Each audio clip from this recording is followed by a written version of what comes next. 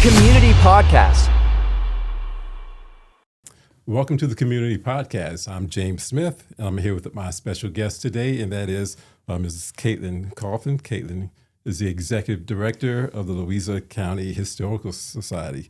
Katelyn, welcome to the Community Podcast. Thank you for having me. I'm Great. excited to be here. Awesome. I've got some questions for you. Okay. I hear a lot of good things are happening at the Historical Society, and I want to be able to give people background on the Historical Society itself. So before we talk a little bit about the Historical Society, though, tell me a little bit about you and how you ended up here at the Historical Society. Okay. So my background is in archaeology. I was an archaeologist. Well, I'm still an archaeologist, but professionally was working in the field prior to 2021 when I came here. So I worked in Monticello. I've worked in Massachusetts at the Park Service, kind of all over the United States. And I am not from here either. I grew up in the greater Philadelphia area and ended up in Virginia because of a spouse. So I came to Louisa 4 years ago now in this position as the executive director. I had been working for a company doing construction archaeology, so writing reports when they were doing road work and other things. I had previously worked at Monticello, where even though I was an archaeologist, I was working with school groups and students and visitors to the museum. So I was really missing that kind of community connection and being able to talk about history. So I had seen this position and I said, that looks like right up my alley. So I took a chance. I was very, very pregnant at the time. And, we jumped in feet, head, all of the above first. So how are things going? Great. I can't say it's a decision I don't regret in the least. Louisa has been a very welcoming community. So even though I'm not from here, it feels nice to know everyone and be able to talk to everyone about their history. So, So tell me a little bit more about the Historical Society itself, the origin of it, how it got started, whatever you'd like to share about that. Yeah. So the Historical Society was founded in 1966. We were founded by a group of Louisa residents. So some of the families who had been here for extended period of time, more focused on the town of Louisa side. That's kind of how it started. But it has grown. These were families who were really interested in the local history and preserving their family genealogy. And they also had a lot of documents. So things that their family had collected over a long time. So that's kind of how it got started. They quickly moved into the jail next to the courthouse in the town of Louisa. When the jail was decommissioned, that became the museum. And we operated out of the museum there until 2008 when we moved into our current location at Town Hall and the Louisa Arts Center. Okay. Talk a little bit about the current location. I know you have several other facilities that are there. If you can kind of talk a little bit about what's in the museum and the other buildings that are on site as well. Okay. So we moved in 2002, the town, all of the land where the park, the baseball fields, town hall, that all was redeveloped as a community space. So the ultimate goal was to take these historic structures and make them into things that people would use. Right.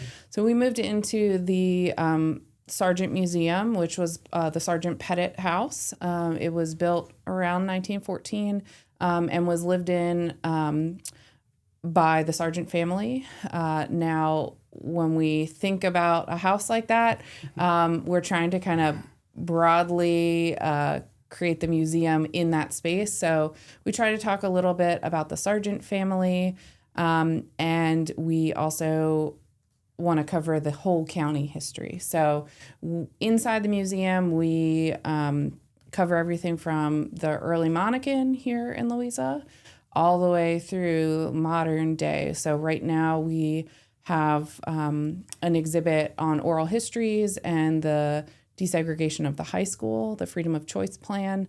And that is kind of a long time period, but we cover pre-colonial period all the way through modern day. We also have additional buildings out back. So we have moved with the help of Virginia Vermiculite, the Mickey House, which is a late 1700s, early 1800s home that was taken apart piece by piece. It was on Route 22 where Virginia Vermiculite is today, and they wanted to preserve it. And we offered it as a great place for the community to kind of experience what a house would have been like during that time period. So it was picked up piece by piece like a puzzle and brought back to the museum site and then established there. We also have the smokehouse that went along with it. And then we have a colonial garden that we maintain on the property. We also have the Trevilian Schoolhouse, which was a one-room schoolhouse that was used from the 1880s until about 1922. That was also out in the Trevilian section of the county. That was picked up more than once. That was picked up once and moved to Walton Park in Mineral, and then came to the museum in 2017 to kind of be another structure on our property that we could bring people in and actually explore what life was like in the past. Right. So when people come to the museum, do they automatically have access to the other facilities, or how does that work? Yeah, so we do special things in the other buildings. We have family days, or we do hearth cooking workshops where we're utilizing them for a specific purpose. But yeah, any day when people can come to the museum, they can come in and we will happily give them tours of the other buildings so that they're not just wandering around and like, what is this place? The really cool thing about the Mickey House in particular is you can go in, you can go upstairs. We have the upstairs set up as, a bedroom. So there's a straw mat and chairs and other things upstairs that really kind of, it's great for kids when you try to explain what it would have been like to sleep up there with all of your brothers and sisters and parents, really cold in the winter and really hot in the summer. Right. So. Wow. So what are some of the guiding core values or objectives that you all have as an organization? Yeah, we are really kind of our main mission is to bring Louisa County history to life. One of my big things about history is that we are trying to make history interesting and pertinent to people who are alive today. And one of the things as an archaeologist is that when people come and they can see plates that someone ate off of or a fork, or it's more tangible because those are things that you can experience in your own house, right? It's really hard to experience the Declaration of Independence signing for your average human being. Right, definitely. It's not something we can really grasp. So our kind of goal is to bring history to a personal level and communicate that to kids, adults, across the board. The other thing that our goal of the museum and the Historical Society is to kind of preserve and protect the history for the county. So that's everything from helping homeowners who might have a historic home or don't know whether their home is historic, finding resources and information about those structures, documenting cemeteries that there are lots of that are undocumented in fields and forests here in the county. And then we have an archive at the museum, so we preserve that for future generations. So when families like those who started the Historical Society, we have documents dating back to the 1700s that we are the custodians of. So we try to make sure that they're taken care of, they're not being damaged, they're in archival storage. And we're also taking digital images of all of those so that they'll be accessible to the community, rather than just having to come to the museum. So you talked a little bit about like what goes into choosing what to highlight. Tell me a little bit more, like what perspectives, what goes into choosing, like what perspectives you want to promote or amplify? Yeah. So one of the things that I'm personally interested in is talking about the the everyday people who lived in the community. One of the things that we're getting ready to update is our Revolutionary War period. So we're in the Virginia 250. We're trying to kind of work into that branding. But we have a Revolutionary War period exhibit in the museum, but it's really focused on Jack Jewett and Patrick Henry and Dabney Carr. And all of those people are very important and really interesting. But, there were hundreds of people here in the county who were supplying food to the Continental Army, who were, working to maintain their family farms while their brothers were fighting. There were enslaved individuals who were, raising the crops that were going towards the war effort. So really kind of bringing it down and showing who individuals were in the county beyond, Jack Jewett. Not that he's not cool. Yeah, right. He's pretty cool. But, we want to showcase that just like today where everyone is trying to make sure their families are fed or that their children are educated, that has happened for hundreds of years here in Louisa County. The other thing that we try and do is really highlight, and this goes more into our preservation standpoint. Our archive, for the most part, is, a lot of the prominent families in the county. And those are all really great, but there are also lots of other families who may not have had the resources to maintain those records, or they might not have been educated enough to, have the need for legal documents and things like that in their house. So how do we document those things and those families?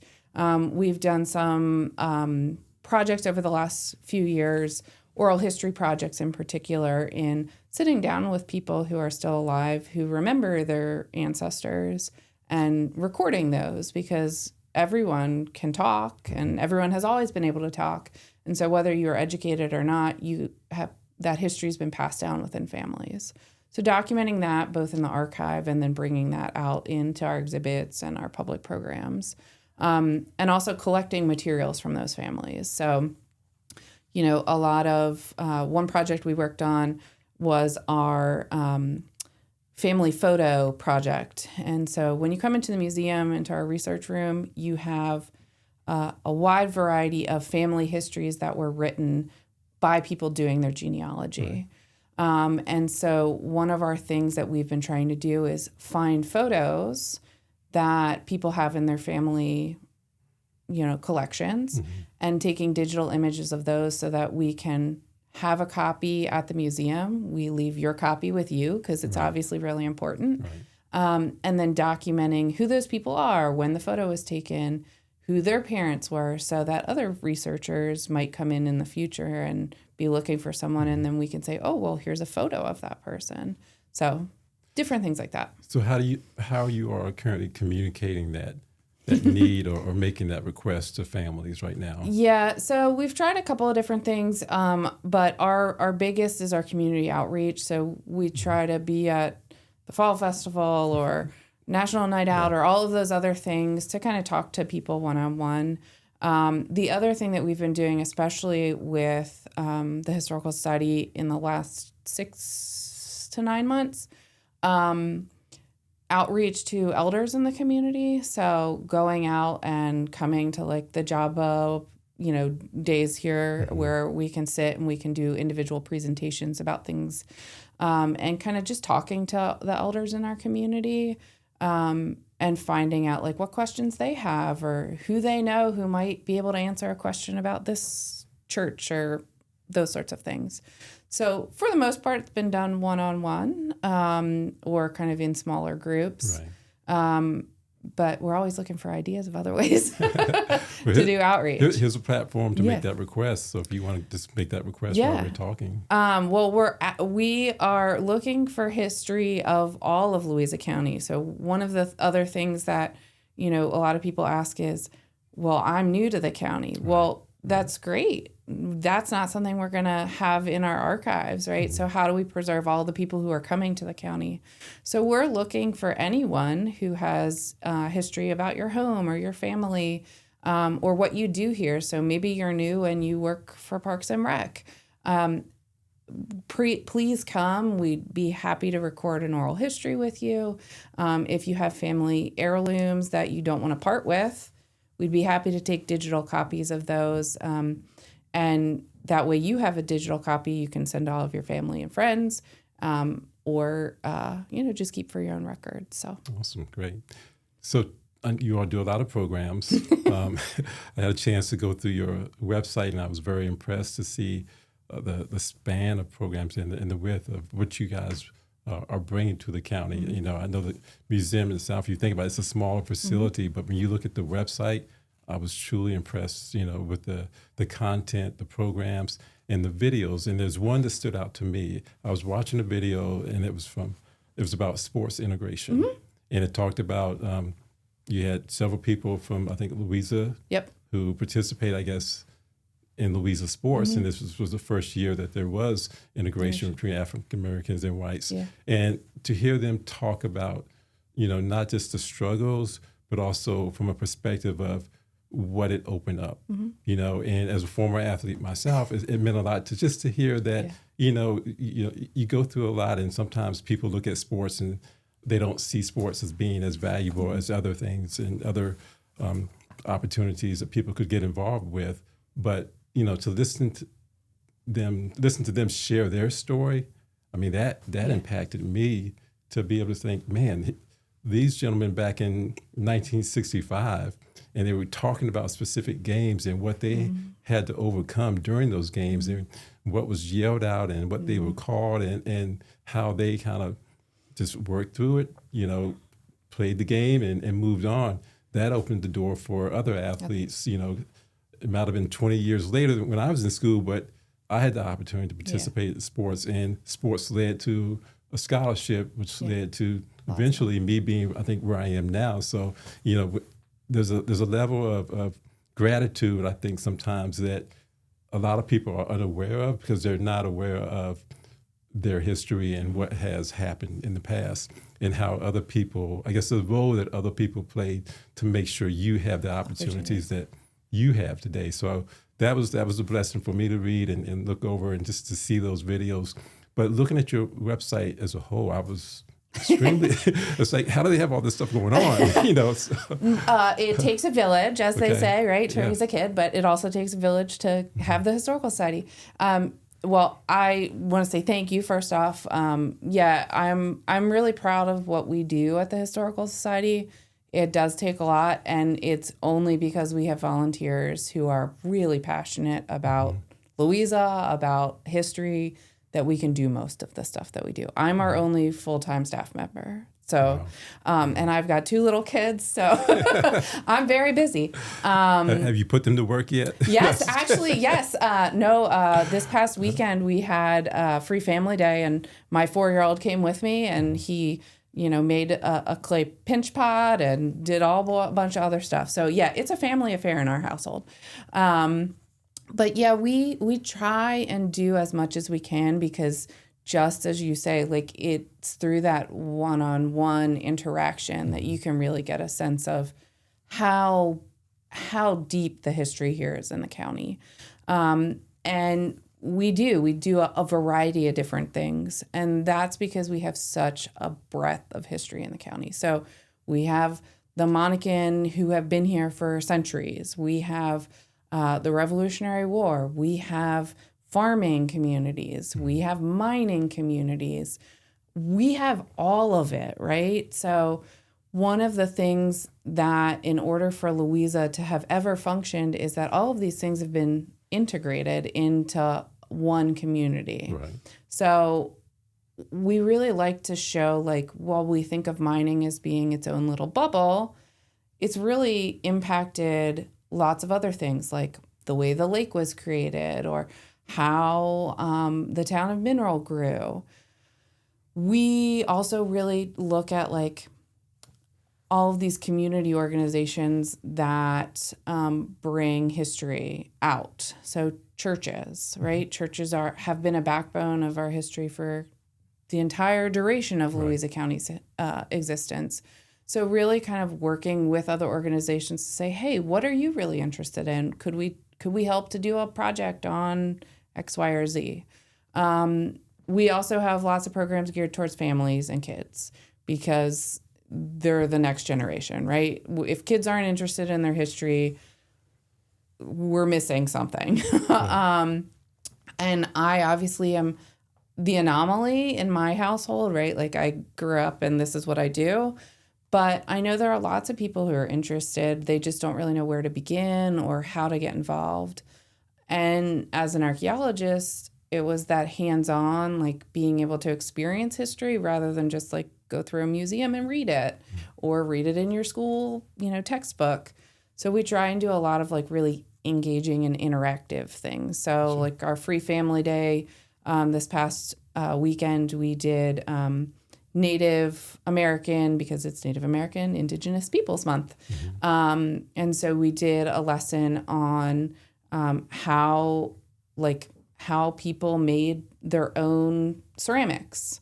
And yes, it's not the same, but we had kids go through and make coil pots and pinch pots so that they could get a sense of like, there were people here who were actually making their own ceramics for centuries, before we arrived. And that tangible aspect, I think, is really important. We also do our cooking classes, which is a huge seller of, we have one this weekend that there are like 9 people registered for, and some are coming from all over. We had a woman call from North Carolina the other day to see if there was still space. Wow. Because, there aren't a lot of places where you can get a hands-on experience of cooking over a fire, learning traditional recipes. So we do that. The other big thing that I find is really important for the museum is that we really offer things at very low costs when we do have costs. Right. I'm a mom of 2, like a family of 4 to go to some of the big museums, it's upwards of $100, that's hard for a family to do.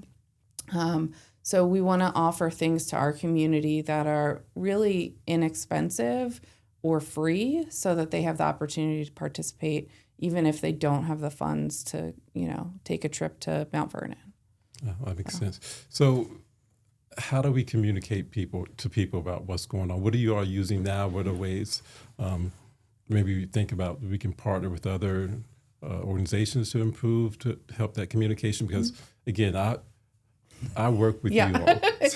So for me to take a look at that website and see, almost floored about everything that you are offering. And you're offering programs that reach a wide range or a wide group of people. So it's not like you're targeting the same people over and over again with your programs. But it was impactful to me just to see what you guys are doing and the level of work that you are doing to make history relevant. It wasn't like you were just sharing a story, but you were sharing a story and it was relatable to now, for me. And I think that's something that if more people were aware of, hopefully they would want to participate and do more and get involved with you all as well. Yeah, I think that's a struggle all around. We have really grown the last, even before I arrived, COVID put a little pause on that. But really, we've grown as a historical society. We are doing more than lots of other historical societies do. And so communicating that, that's always a struggle for us. We have done a little different technique. So obviously we work with Parks and Rec to highlight some of our events, specifically those that are, tour or workshop related. But social media has been our big way we communicate to the public. And that's hit or miss, right? So depending on the algorithm, we are doing more now as part of the tourism for the county. So this past year, we became a certified tourist information center. And so that means that both other organizations can send stuff to us from surrounding counties, but our things can go out to other counties. And so our hope is that more people outside will be aware. But the question is, how do we interact with more people in the community who aren't, they're not traveling elsewhere, right? And finding our brochure. So yeah, I think partnering with other institutions has been our biggest way that we've been able to get that information out there. But social media has been our primary mode. So the Visit Louisa, Facebook page and things like that. So we'll make sure we include your Facebook page and your website. Yeah, that sounds great. On this podcast. What are some other things that maybe people don't know about that you would want to share? I know, like I said, maybe a couple of years ago, the genealogy was really big. Yeah. Is that something that's still popular, or how is that right now? Yeah, that is hugely popular. And I would say that's someplace that we've seen more growth in the last 4 years. And I think is telling of us reaching some of the community. So when I arrived, we got research requests. So people coming or calling from Ohio or California. So from outside, in the last year and a half, we've seen a huge growth of people from inside the county trying to do their genealogy. And I would say a lot of those are families who were formerly enslaved. Mm-hmm. That's great because they're seeing us as a resource to help do that. We have Ancestry. Lots of people can use Ancestry.com or find Family Search and start. But when they get to a hurdle, they don't know the tips and tricks of like how to overcome that or what other resources could we look for. And that's something that we're happy to help with. We love doing genealogy. Mm-hmm. If I could do genealogy all day long, that's what I'd do. Grant writing, not my favorite thing, but genealogy, happy to assist with, as well as like documenting family properties and putting people in contact with other, like with the Department of Historic Resources in Richmond. We have people who have cemeteries on their property and they don't know where to begin of like, how do we document this? How do we make sure that it's cleaned up? How do we preserve it for future generations? Or structures, I have an old home. Where do I even begin going with making it livable or stabilizing it? But I would say genealogy is the thing I love doing, and I'm proud of all of the other things, but I'm really proud of our genealogical projects because it's an important thing for people to be able to kind of connect with their family past, especially when they don't know where to begin or where to answer those questions. We had a woman who actually contacted us like Monday. She's from the Richmond area. She was looking for an obituary, and I was not sure whether we were going to find one. It was the 1940s. It was a Black woman, and so they're few and far between, but we did find it, and it documented that this woman, Victoria Price Mickey, was the oldest living citizen in the lower end of the county. And she counted her age not by a birth certificate, but by the fall of Richmond. Wow. Yeah. And so it went on to talk about her family, but it also mentioned that she was involved, and her funeral was being held at St. Mark Baptist, which is right on the Goochland-Louisa line. And so we have church information at the museum, and I was able to pull the St. Mark 150th anniversary booklet, and sure enough, like these ancestors were well documented in there as being some of the founding members of the church. So I then sent an email back to the woman and I said, "Oh, well, did you know?" She had no idea. So, it totally flabbergasted to be able to just look for one thing and find this whole wealth of other information. So I'm not familiar with how the process works. Can you tell me, like, if someone does come to you like that, where do you go first? How do you know where to get started? Where to get started? That's a great question. Right. It really depends on a couple of different things. So it depends on the time period. It depends on, especially here in Louisa, whether your family was enslaved or not enslaved.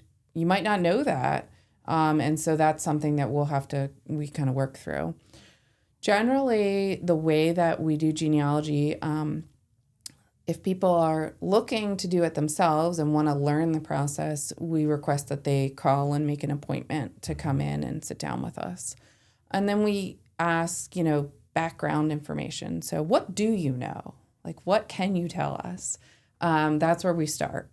And then we kind of take each person back individually until we can go no further. And so that might mean, if you were enslaved, the 1870 census, that might be as far as we can get back on Ancestry or on Family Search. But there are lots of other documents where we can find information. Now, sometimes we're really lucky and we can find a whole family grouping listed in someone's will.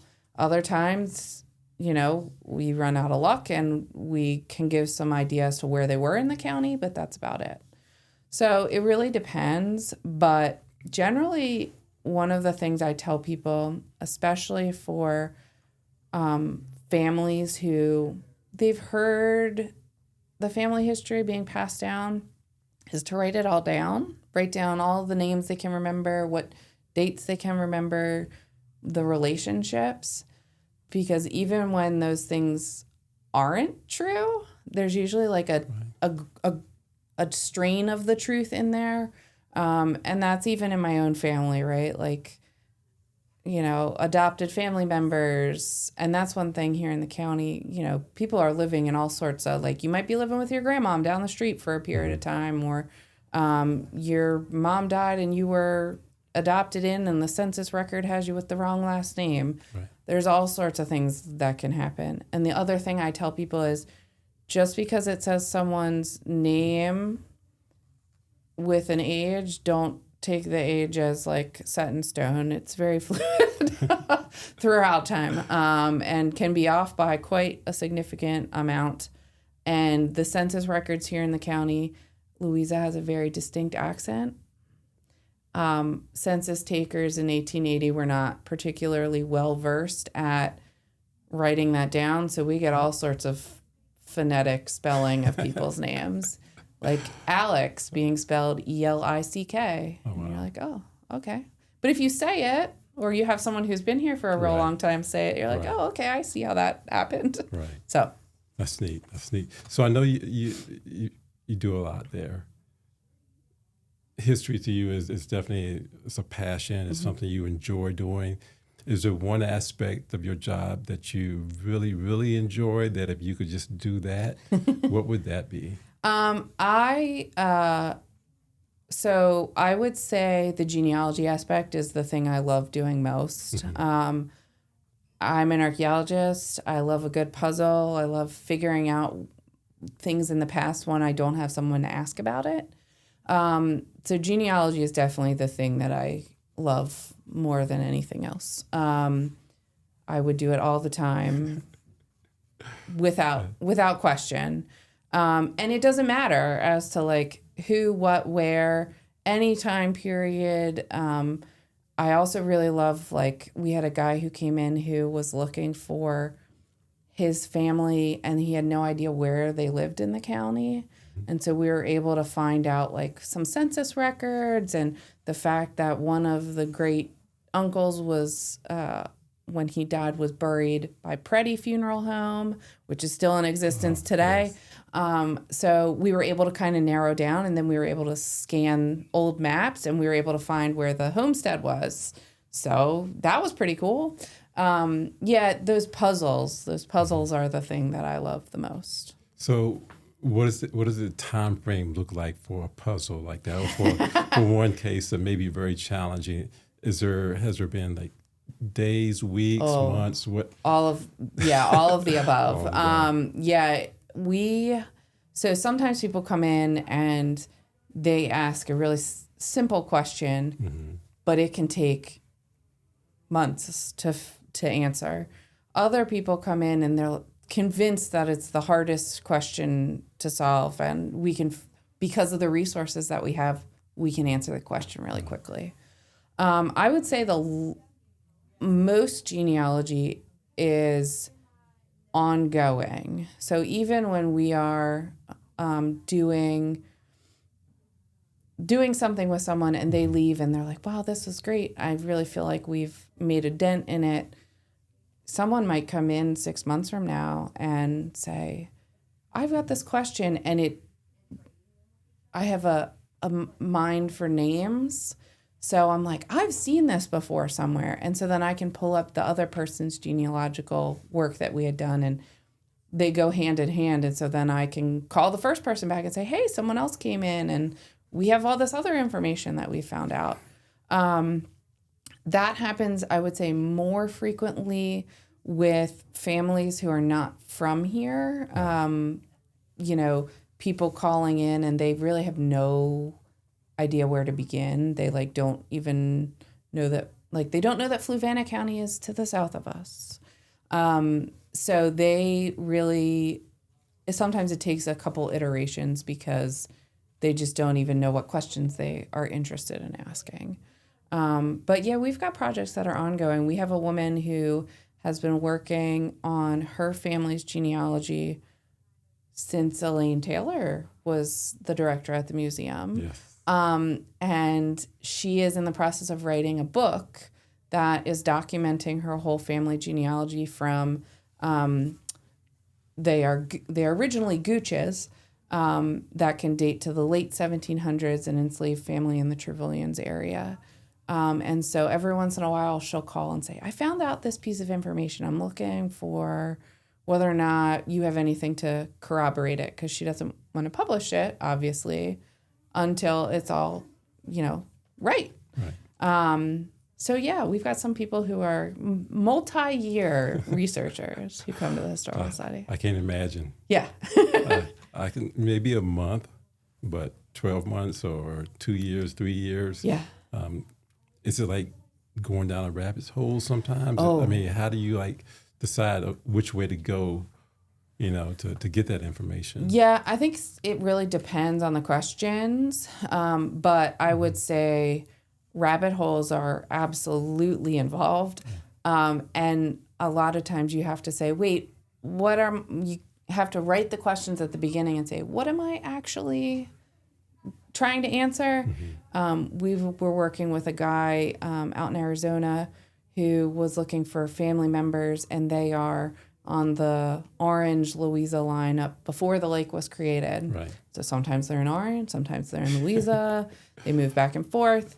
But one of their family members, and this is like the 1700s, there was like a court case in which the father of one of the wives and his brother got into a scuffle, and one of them was murdered.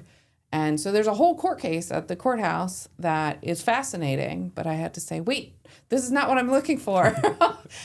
Let's put this on the back burner, and then we'll come back to it. Because there are so many interesting stories here in the county. So yeah, rabbit holes and making sure your questions are at the forefront. The other thing too is, as more records become available, we're really lucky here in Louisa. We are not a burn county during the Civil War, so all of our documents are well preserved.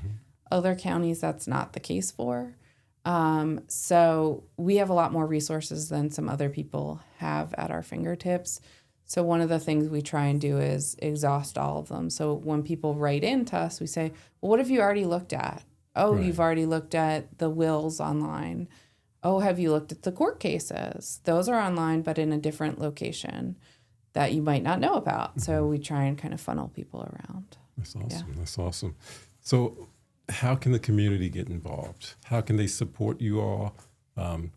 If they have historical documents that they may want to donate, what's the best way for them to reach out or connect with you moving forward? So the best way is to call the museum. So call the museum. We are open 5 days a week. If we don't answer the phone, it's because I'm the only one in the museum and we're doing something in a meeting, etc. So just leave a message and we'll get you a call back. The other thing to do is you can contact us through our website at info@louisahistory.org is our general email.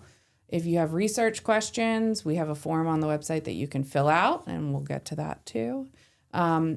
Just stop by, come on in, and if we can't take your donation today, come in, tell us about it. We can see whether we have something already, or there might be a better location suited, because we get lots of people who bring things to us that might not need to go in the archive, but Right. we can send them to other locations. We had someone who donated a whole slew of letters that were not from Louisa County, but we were able to contact the surrounding counties that they belong to, say, hey, we have this letter from 1803. Would you like it? Wow. So, come in, talk to us. We're happy to answer any questions. And if we don't know the answer, we're going to point you to some other institution that can. So those are kind of the best ways, but call or stop by, either in person at the museum or anytime you see us out doing any other thing in the county. Awesome. And I would say get involved, or if you're really interested in history, we love volunteers. As I said, I'm the only full-time staff member. So, we have, 30 to 40 volunteers at any given time. And those are some people who come in every week and they work in the archives for 3 hours, 2 days a week.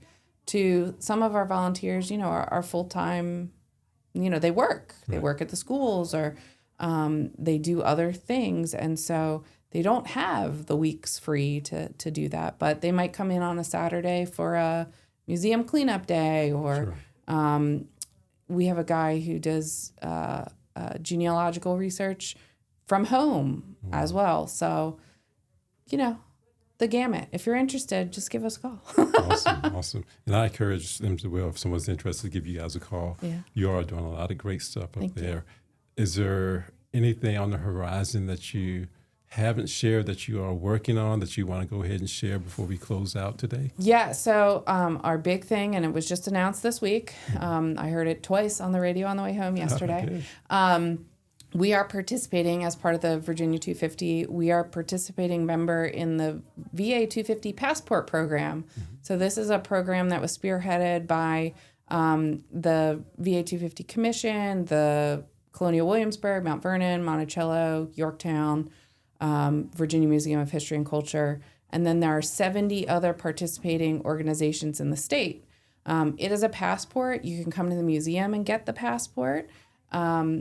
You get a stamp at every institution that you go to visit over the next year. It also has discounts. So you come to the museum and you participate in something, and you can take the passport to Monticello and get a 15% discount. Wow. Which is great, yeah. Multiple people in a household can have the passport as well. So if you've got more than one kid, that's okay. Once you've received 5 stamps, you can then turn your passport booklet in, and at the end of next year, there will be drawings for prizes, and those range from family memberships to different museums across the state, to cash prizes, and the big cash prize is $2,500. Wow. So it's a really cool program. The governor launched it on Tuesday was the first day of the program, and it'll run through the next December. So you have all year to participate in it, and it's a really cool way to connect all of these institutions that are all working towards the same goal of preserving the Commonwealth's history. So. And I guess it's an opportunity to share Louisa's impact as well during that time. And I think that's the big thing. So this will also coincide with our Virginia 250 exhibit. And our goal with that is we're going to put Louisa in the context of the bigger national story of what's going on. But as I said, really highlight the people who were here living life every day during the Revolution and what that looked like for them. One that we don't talk about regularly, there was a free black man named Absalom Alstock. He actually fought at Yorktown. He was enlisted in the militia, and then receives a war bounty, land bounty out in Rockbridge County, where his whole family ends up relocating in the 1800s. So, Louise, beyond Jack Jewett, because he'll obviously be featured, we are also participating. We just finished up our Jack Jewett Trail. Our final sign went in. So that's going to be a component to this large picture of what was going on in Louisa in 1776. Awesome. A lot more than we think. Well, Kate, I want to thank you very much for joining the podcast today. It's a lot of information. I think as someone who is from Louisa, it does mean a lot to know more about Louisa and what happened, and to know the history. Yeah. You know, and there's so many variations of history and what you can learn, and just, you know, the genealogy piece is something that's big and growing. But there's a lot of things that you're doing that I think are very impressive for the size of your facility, but also for the size of the staff that you have there. So kudos to you and your team and what you're doing. And I encourage all those that watch this video to definitely reach out. If you can't stop by, reach out and tell her thank you. She is a big part of this community, and she's making a difference in this community. So, Katelyn, thank you very much for joining us today. Thank you. I really appreciate being here and sharing my passion with everyone. Awesome. So.